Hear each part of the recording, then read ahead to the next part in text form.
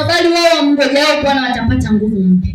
Ina maana Mungu akikaribia kukujibu, nguvu mpya inaingia. Yaani kuna wakati unaomba mpaka unajishanga, mimi naombaje?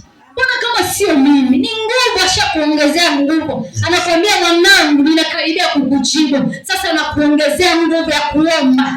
Bila ulivyokuwa unaomba, sivyo utakavyoomba. Unaanza kuomba tofauti. Amina. Unaomba vitu vimenyooka.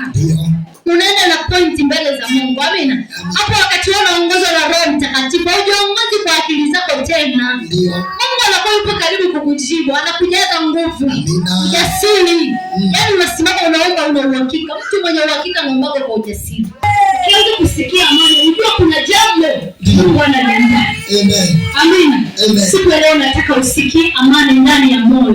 Ili Mungu akutendee jambo. Ni kweli ya dunia ni mengi, ni kweli shida ni nyingi, lakini mwambie Mungu ninakuachia wewe.